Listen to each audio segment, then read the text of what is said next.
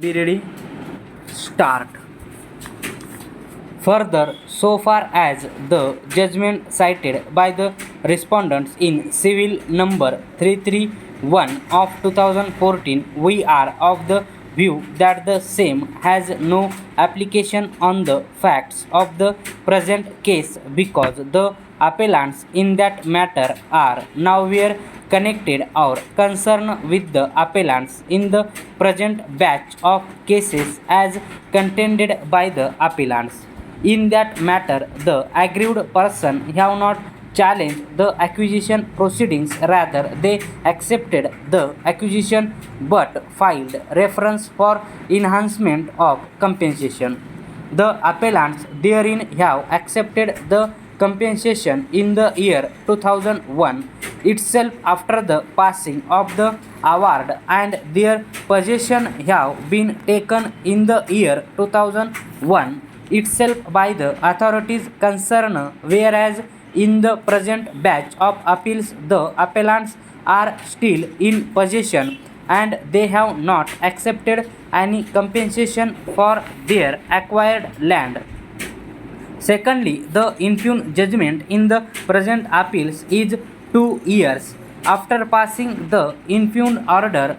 in CA number 331 of 2014. Therefore, the infirm judgment of CA number 331 of 2014 is totally different from the infirm judgment in the present batch of matters and are in no way connected to each other. Para.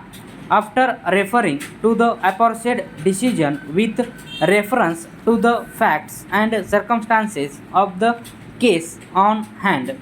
we are of the view that physical possession of the land belonging to the appellants have neither been taken by the respondents nor compensation paid to them even through the award was passed on 6/8/2007 and more than 5 years have lapsed prior to date on which the Act of 2013 came into force. Therefore, the condition mentioned in section 24 in bracket 2 bracket close of the Act of 2013 are satisfied in this case for allowing the plea of the appellants that the land acquisition proceedings are deemed to have lapsed in terms of section 24 in bracket 2 bracket close of the Act of 2013. The said legal principle laid down by this court in the case of Pune Municipal Corporation and other cases referred to supra with regard to the interpretation of section 24 in bracket 2 of the Act of 2013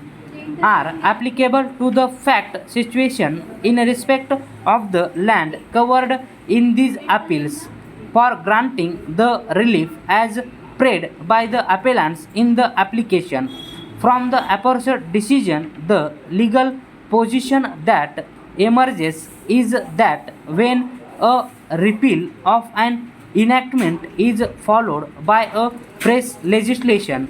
such legislation does not affect the substantive rights of the parties on the date of suit or adjudication of suit unless such a legislation is retrospective and a court of appeal cannot take into consideration a new law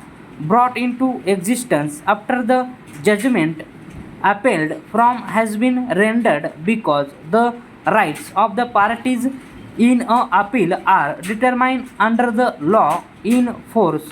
on the date of suit. However, the position in law would be different in the matters which relate to procedural law, but so far as substantive rights of parties are concerned, they remaining unaffected by the amendment in the enactment. Stop.